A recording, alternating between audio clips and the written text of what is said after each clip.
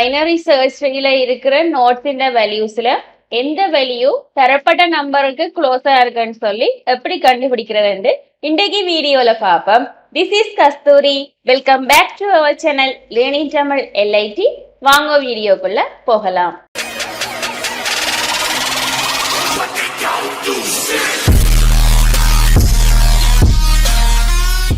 உங்களுக்கு binary search ட்ரீன்னு சொன்னாலே என்னன்னு சொல்லி தெரியான்னு சொன்னா பைனரி சர்ச் ட்ரீயை பற்றி ஃபுல் டீடைல்ஸ் வீடியோ நான் செய்திருக்கிறேன். அந்த வீடியோக்கான லிங்க் கீழே டிஸ்கிரிப்ஷன்ல கொடுக்குறேன். ஃபர்ஸ்ட் அந்த வீடியோ போய் செக் பண்ணிட்டு அதுக்கு பிறகு இந்த வீடியோவை கண்டினியூ பண்ணுங்க.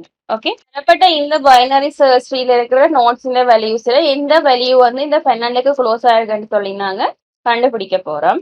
ஸோ இனிஷியலா இந்த க்ளோசஸ்ட் வேல்யூவை இன்ஃபினிட்டிக்கு அசைன் பண்ணுவோம். ஓகே, ஸோ இன்ஃபினிட்டிக்கும் 12க்கும் இடைப்பட்ட டிஃபரன்ஸ் தான் உலகத்திலேயே சின்ன நண்டர். இனி நாங்க இந்த பைனரி சர்ச்ல டிராவல் பண்ணி இதுல இருக்கிற நோட்ஸ் வேல்யூக்கும் 12க்கும் இடைப்பட்ட டிஃபரன்ஸை கண்டுபிடிச்சு சப்போஸ் அந்த டிஃபரன்ஸ் இந்த ரெண்டுக்கும் இடைப்பட்ட டிஃபரன்ஸை விட சின்னதா இருந்தா அந்த நோடின் வேல்யூ தான் இந்த 12க்கு க்ளோஸா இருக்குன்னு அர்த்தம். ஸோ அதை இந்த க்ளோசஸ்க்கு அசைன் பண்ணுவோம். ஸோ இதுல இருக்கிற வேல்யூ சின்ன பெருசா இருக்கலாம் 12 விட. ஸோ நாங்க அதுல அப்சல்யூட் டிஃபரன்ஸ் எடுத்து அதை இந்த ரெண்டுக்கும் இடைப்பட்ட இப்ப இருக்கிற க்ளோசஸ்ட் வேல்யூக்கும் 12க்கும் இடைப்பட்ட டிஃபரன்ஸோட கம்பேர் பண்ணி நாங்க க்ளோசஸ்ட்டை சேஞ்ச் பண்ண தேவையில்லையான்னு டிசைட் பண்ணுவோம். ஸோ நாங்க அப்சல்யூட் வேல்யூவை எடுப்போம். ஸோ இந்த டிஃபரன்ஸ் அப்சல்யூட் வேல்யூ என்ன? இன்ஃபினிட்டி.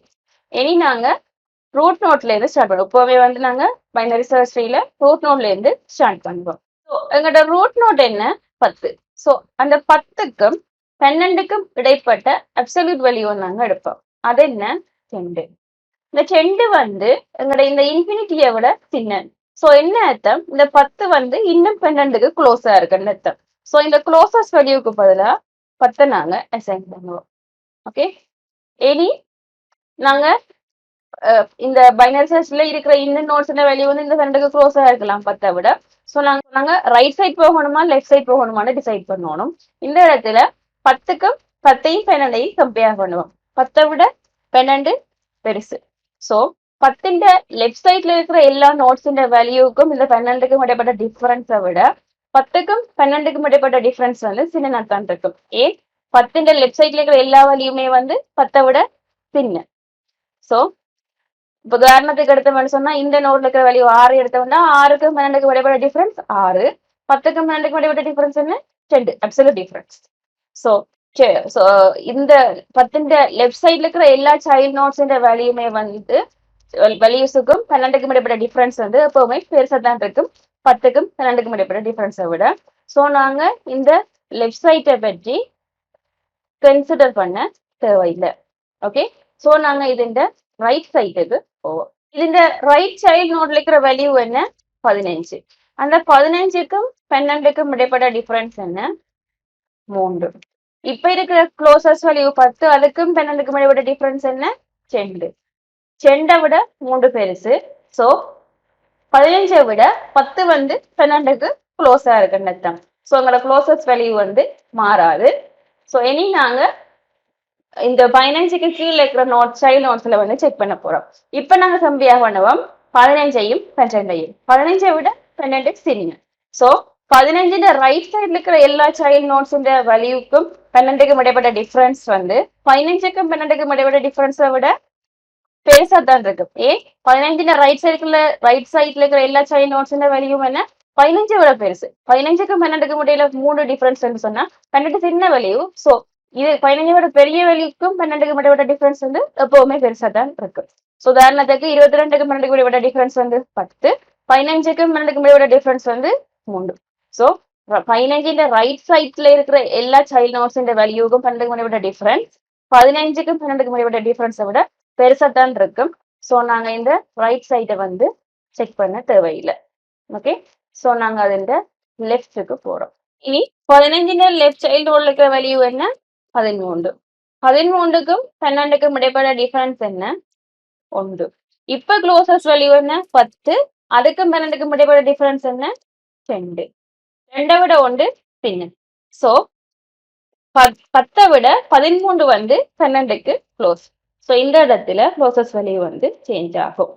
ஓகே, இனி நாங்க 13ஐயும் 12ஐயும் கம்பேர் பண்ணுவோம். 13 விட 12 சின்ன. So same scenario.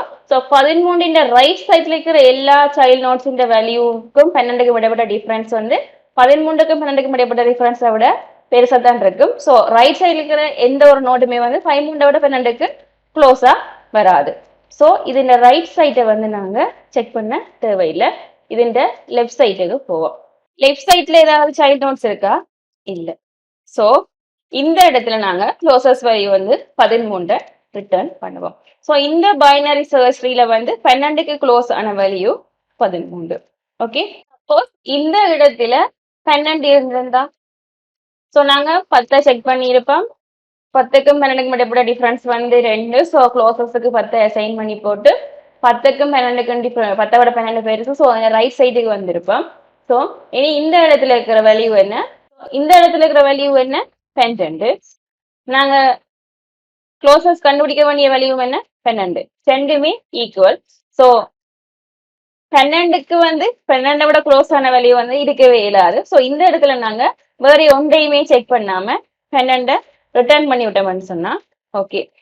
So suppose நாங்க எந்த வேல்யூக்கு க்ளோசஸ்ட் வேல்யூ கண்டுபிடிக்க போறோமோ அந்த வேல்யூவே இந்த பைனரி சர்ச் ட்ரீல இருக்கும்னு சொன்னா நாங்க அந்த வேல்யூவே ரிட்டர்ன் பண்ணி விட்டோம்னு சொன்னா ஓகே. ஸோ நாங்க ஃபர்ஸ்ட் என்ன செஞ்சிருக்கோம், ஒரு நோடுக்கு நாங்க போகைக்குள்ள அந்த வேல்யூவும் இதுவும் ஈக்குவலான்னு செக் பண்ணணும். ஈக்குவலா இருந்தா அந்த இடத்துலயே அந்த வேல்யூ ரிட்டர்ன் பண்ணி போட்டு நாங்க ஸ்டாப் பண்ணிடலாம். இல்ல பெருசு சின்னண்டா தான் நாங்க கம்பேர் பண்ணி கொண்டு போகணும். ஓகே, இதுதான் வந்து லாஜிக். இது எப்படி ஜாவா ஸ்கிரிப்ட்ல கோடிங்க எழுதுறதுன்னு சொல்லி பார்ப்போம். இது வந்து நாங்க லாஸ்ட் வீடியோல வந்து ஒரு பைனரி சர்ச்சையை வந்து எப்படி ஜாவா ஸ்கிரிப்ட்ல இம்ப்ளிமெண்ட் பண்றதுன்னு சொல்லி செய்த கோடிங். உங்களுக்கு பைனரி சர்ச்சையை வந்து எப்படி ஜாவா ஸ்கிரிப்ட்ல இம்ப்ளிமெண்ட் பண்றதுன்னு தெரியாட்டி ஃபர்ஸ்ட் போய் அந்த வீடியோவை செக் பண்ணுங்க. அந்த வீடியோக்கான லிங்கையுமே வந்து நான் இதுல டிஸ்கிரிப்ஷன்ல கொடுக்குறேன். அப்பதான் உங்களுக்கு எப்படி ஒரு பைனரி சர்ச் ட்ரீல பைனரி சர்ச் ட்ரீயை வந்து ஜாவா ஸ்கிரிப்ட்ல இம்ப்ளிமெண்ட் பண்றது, அதுக்கான ஃபங்க்ஷனாலிட்டிஸ் இன்சர்ட் டிலீட் சர்ச் போன்ற ஃபங்க்ஷனாலிட்டிஸ் எப்படி இம்ப்ளிமெண்ட் பண்றது சொல்லி ஒரு ஐடியா கிடைக்கும். அதுக்கு பிறகு இந்த கொஸ்டினுக்கான சொல்யூஷனை நீங்க கண்டினியூ பண்ணீங்கன்னு சொன்னா உங்களுக்கு இன்னும் இந்த கோடிங் அண்டர்ஸ்டாண்ட் பண்றதுக்கு ஈஸியா இருக்கும். ஓகே, சோ க்ளோசஸ்ட் வேல்யூவை வந்து கண்டுபிடிக்கிறதுக்கான ஃபங்க்ஷன் எழுதுறதுக்கு ஃபர்ஸ்ட் நாங்க ஒரு ஜாவா ஸ்கிரிப்ட் ஃபைல் கிரியேட் பண்ண போறோம். க்ளோசஸ்ட் வேல்யூன்னு சொல்லி நான் ஒரு ஜாவா ஸ்கிரிப்ட் ஃபைல் கிரியேட் பண்றேன். ஸோ இந்த ஜாவா ஸ்கிரிப்ட் ஃபைல்ல வந்து நான் இந்த எங்களோட பைனரி சர்ச் இந்த கிளாஸ் இன்ஸ்டன்ஸை வந்து கிரியேட் பண்ண போறேன். கிளாஸுக்கான இன்ஸ்டன்ஸை வந்து கிரியேட் பண்ண போறோம் பைனரி சர்ச் ட்ரீக்கான. ஸோ ஃபர்ஸ்ட் வந்து நான் அதை வந்து எக்ஸ்போர்ட் பண்றேன்.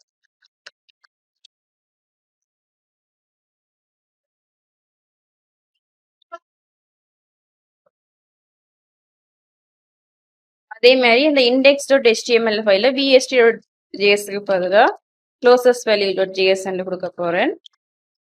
அதே நேரம் இதுல வந்து டைப் வந்து மொடியூலா செட் பண்றேன்.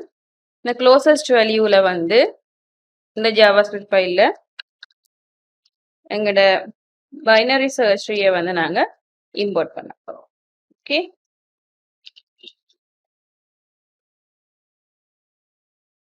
இனி நாங்க எங்களோட க்ளோசஸ்ட் வேல்யூ வந்து கண்டுபிடிக்கிறதுக்கான ஃபங்க்ஷன் எழுத போறோம். அதுக்கு வந்து நாங்க எந்த நம்பருக்கு வந்து க்ளோசஸ்ட் வேல்யூவை கண்டுபிடிக்க போறோமோ அந்த நம்பரை இன்புட் பெராமீட்டரா பாஸ் பண்ண போறோம். ஓகே, ரைட், இதுல அந்த ஃபங்க்ஷன். இப்ப நாங்க ஒரு பைனரி சர்ச் ட்ரீ கிரியேட் பண்ணோம்னு சொன்னா அந்த பைனரி சர்ச் ட்ரீல இருக்கிற நோட்ஸ் இந்த வேல்யூஸ்ல இது எந்த வேல்யூ இந்த டார்கெட்டுக்கு க்ளோஸா இருக்குன்னு சொல்லி கண்டுபிடிக்கலாம். ஸோ ஃபர்ஸ்ட் வந்து பைனரி சர்ச் ட்ரீக்கான இன்ஸ்டன்ஸை கிரியேட் பண்றேன்.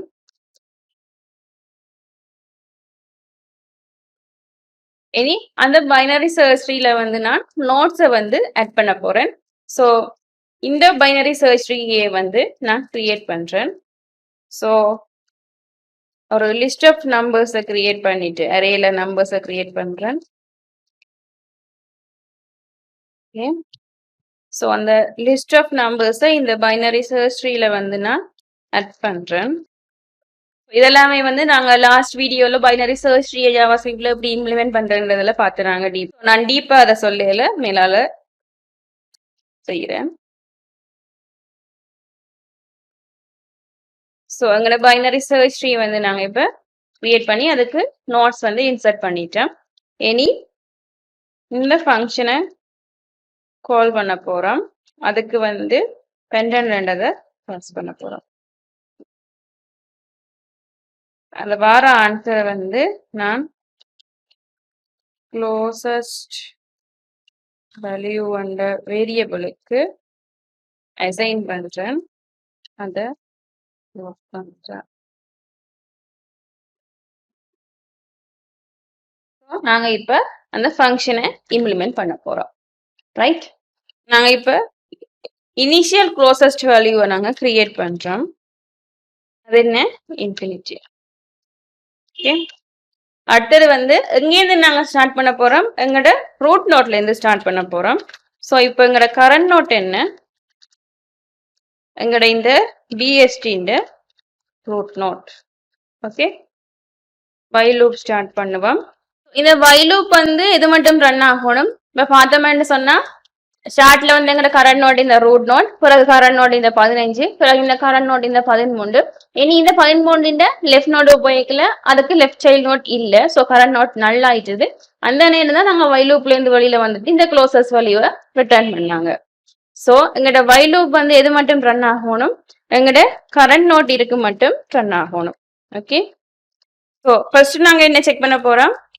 எங்களோட இந்த கரண்ட் நோட்டின் வேல்யூவும் இந்த டார்கெட்டும் ஈக்குவல் பாக்குறோம்.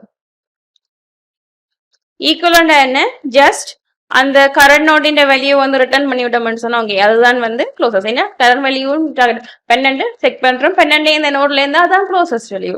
ஸோ நாங்க அதை ரிட்டர்ன் பண்றோம். அதுல நாங்க கரண்ட் நோட் வேல்யூ ஒன்றும் கொடுக்கலாம், அல்லது டார்கெட்டே அப்படி ரிட்டர்ன் பண்ணாலும் ஓகே. இல்லைன்னு சொன்னா தான் நாங்க அங்கால இனி செக் பண்ண போறோம். ஸோ அதுக்கு வந்து நாங்க டிஃபரன்ஸ் கண்டுபிடிக்கிறதுக்கு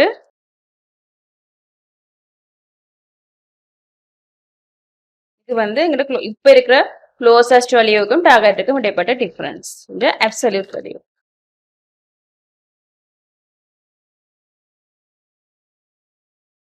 ஓகே. ஸோ ரெண்டு டிஃபரன்ஸையும் எடுத்துட்டோம். இனி கம்பேர் பண்ண போறோம். இதுன்ற டிஃபரன்ஸை விட இப்ப இருக்கிற டிஃபரன்ஸ் வந்து பெருசா இருந்தா என்ன அர்த்தம்? இந்த கரண்ட் நோட்டின் வேல்யூ தான் வந்து இப்ப இருக்கிற க்ளோசஸ்ட் வேல்யூவை விட க்ளோஸ். ஸோ நாங்க க்ளோசஸ்ட் வேல்யூவுக்கு வந்து கரண்ட் நோட்டின் வேல்யூவை செட் பண்றோம். ஓகே. இனி எங்களோட கரண்ட் நோட்டின் வேல்யூ செட் பண்ணி போட்டு இனி திருப்பி அதுல லெஃப்ட் சைல்டுக்கோ ரைட் சைல்டுக்கோ போறேன்னு சொல்லி செக் பண்ணணும். ஸோ செக் பண்ண போறோம். கரண்ட் நோட்டின் வேல்யூவை விட டார்கெட் சின்ன இருந்தா என்ன எங்க போகணும்? நாங்க கரண்ட் நோட்டின் வேல்யூவோட டார்கெட் சின்ன. ஸோ கரண்ட் நோட்டின் ரைட் சைடு இருக்கிற எல்லா வேல்யூஸுக்கும் டார்கெட்டுக்கும் இடைப்பட்ட டிஃபரன்ஸ் வந்து எப்பவுமே பெருசா தான் இருக்க போகுது. ஸோ ரைட் சைடு போக தேவையில்லை. கரண்ட் நோட்டை வந்து நாங்க எங்களோட லெஃப்ட் சைடுக்கு மூவ் பண்றோம். ஓகே. இல்லையான்னு சொன்னா கரண்ட் நோட்டை வந்து நாங்க எங்களோட ரைட் சைடுக்கு மூவ் ஆகிறோம். ஏன்? கரண்ட் நோட்டின் வேல்யூவும் டார்கெட்டும் ஈக்குவல் இல்ல. கரண்ட் நோட்டின் வேல்யூவோட டார்கெட் சின்னனும் இல்ல. ஸோ கரண்ட் நோட்டின் வேல்யூவோட டார்கெட் பெருசு. ஸோ நாங்க லெஃப்ட் சைடுக்கு போனோம்னா இன்னும் டிஃபரன்ஸ் குடிக்கணும் போகும் புரியாது. ஸோ ரைட் சைடுக்கு போக போறோம். ஓகே. ஏதோ ஒரு கட்டத்துல வந்து இந்த லெஃப்ட் நோட் அல்லது ரைட் நோட் போய்க்கல லெஃப்ட் நோட் ரைட் நோட் இல்லாம வரும். அந்த இடத்துல கரண்ட் நோட் நல்லாகும். அந்த இடத்துல வைல் லூப்ல இருந்து வெளியில வரும். ஓகே. ஸோ இந்த வைல் லூப் வந்து முடிஞ்ச பிறகு இந்த இடத்துல நான் ஏரை ரிட்டர்ன் பண்ணணும். எங்களை இந்த க்ளோசஸ்ட் வேல்யூ நாங்க ரிட்டர்ன் பண்ணி விட்டோம்னு சொன்னா ஓகே. ரைட். ஸோ இதான் வந்து க்ளோசஸ்ட் வேல்யூவை வந்து கண்டுபிடிக்கிறதுக்கான ஃபங்க்ஷன். ஸோ நாங்க 12 கொடுத்து நாங்க ஆன்சரை பார்ப்போம். 12 க்ளோசஸ்ட் வேல்யூ 13. ஓகே. நாங்க சேஞ்ச் பண்ணி பார்ப்போம். இதுல வந்து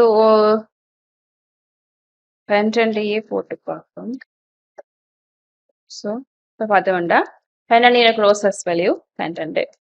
ஓகே. வேற ஒரு இதை 13 வச்சுக்கொண்டு இதுல வந்து சேஞ்ச் பண்ணுவோம். 18 ஸோ 18க்கு க்ளோஸ் வேல்யூ தென் இதுல எது 15.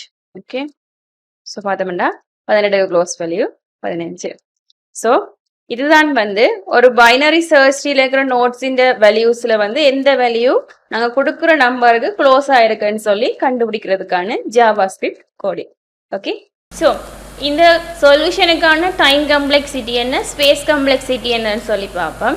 ஸோ ஃபர்ஸ்ட் வந்து டைம் கம்ப்ளெக்சிட்டியை பார்த்தோம்னு சொன்னால், ஸோ இது ஒரு பைனரி சர்ச் ட்ரீன்றதால நாங்கள் வேல்யூஸை கம்பேர் பண்ணி லெஃப்ட் சைட்டோ ரைட் சைடோன்னு நாங்கள் மூவ் பண்ணிக்குள்ள ஒரு சைட் வந்து எலிமினேட் ஆகுது.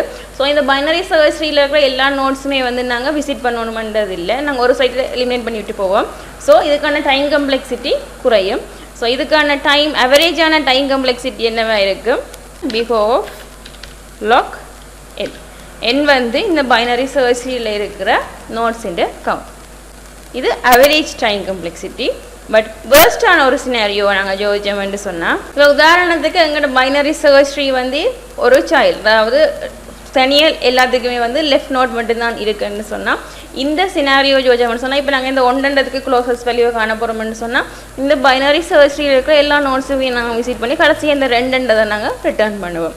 ஸோ இந்த நேரத்தில் வந்து இந்த பைனரி சர்ச் ட்ரீ எல்லா நோட்டுக்குமே நாங்கள் விசிட் பண்ண வேண்டி வருது. இது வந்து வேர்ஸ்ட் சினாரியோ. ஸோ இந்த நேரத்தில் டைம் கம்ப்ளெக்சிட்டி என்னவா இருக்கும், பிகோ ஆஃப் என்ன இருக்கும், என்னன்றது அந்த பைனரி சர்ச் ட்ரீல இருக்கிற நோட்ஸின் கவுண்ட். ஓகே, அடுத்தது வந்து ஸ்பேஸ் கம்ப்ளெக்சிட்டி. ஸ்பேஸ் கம்ப்ளெக்சிட்டியை பார்த்தோம்னு சொன்னால், இதில் வந்து நாங்கள் பைனரி சர்ச் ட்ரீல இருக்கிற நோட்ஸின் கவுண்டோட, அதாவது என்னோட வந்து சேஞ்ச் ஆகக்கூடிய மாதிரியான ஸ்பேஸ் வந்து இருக்கக்கூடிய மாதிரியான ஒரு வேரியபிள்ஸ் நாங்கள் கிரியேட் பண்ணல. ஸோ ஸ்பேஸ் கம்ப்ளெக்சிட்டி என்ன, பிகோ ஆஃப் 1. ஓகே, ஸோ இதுதான் வந்து இந்த சொல்யூஷனுக்கான time complexity, space complexity. Okay, so இன்றைக்கு வீடியோவில் ஒரு தரப்பட்ட பைனரி சர்ச் ட்ரீல இருக்கிற நோட்ஸின் வேல்யூஸில் எந்த வேல்யூ வந்து இந்த குறிப்பிட்ட நம்பருக்கு க்ளோஸாக இருக்குன்னு சொல்லி எப்படி கண்டுபிடிக்கிறது, அதுக்கு பின்னால் இருக்கிற லாஜிக் என்ன, அந்த லாஜிக்கை யூஸ் பண்ணி எப்படி ஒரு ஜாவா ஸ்கிரிப்ட் கோட் எழுதுறேன்னு சொல்லி பார்த்துனாங்க. இந்த வீடியோ உங்களுக்கு யூஸ்ஃபுல்லாக இருந்திருக்குமென்னு நம்புறேன். அப்படி யூஸ்ஃபுல்லாக இருந்தால் இந்த வீடியோக்கு ஒரு லைக் பண்ணுங்க, இந்த சேனலுக்கு சப்ஸ்கிரைப் பண்ணி எனக்கு சப்போர்ட் பண்ணுங்க. மற்றும் ஒரு வீடியோவுடன் உங்களை விரைவில் சந்திக்கின்றேன். சந்தன காற்று நம் ஜன்னலில் வீசட்டும், சரித்திரம் நாளை நம் சாதனை பேசட்டும்.